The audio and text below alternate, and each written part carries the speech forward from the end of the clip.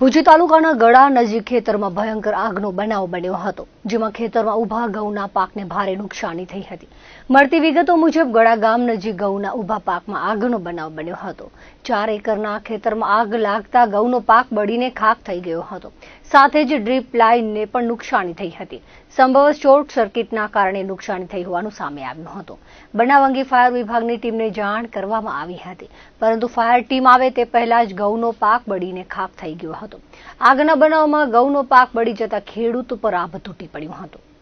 ગળા સર્વે નંબરમાં અમારી ખેતીવાડીની જમીન આવેલી છે, જેનામાં જેબીનો વીજ લાઇન લેણેશ્વર ફીડર અમારી વાડી ઉપરથી પસાર થાય છે, જેનામાં શોર્ટ સર્કિટના કારણે આગ લાગી ગઈ છે, જેમનાથી અમારા 4.5 એકરમાં અંદાજે ઘઉં વાવેલા હતા અને ડ્રીપની લાઇન કરેલી હતી, એ તમામ બળી ગયું છે, જેનો અંદાજિત 9.5 લાખ રૂપિયા જેવું નુકસાન થયેલું છે।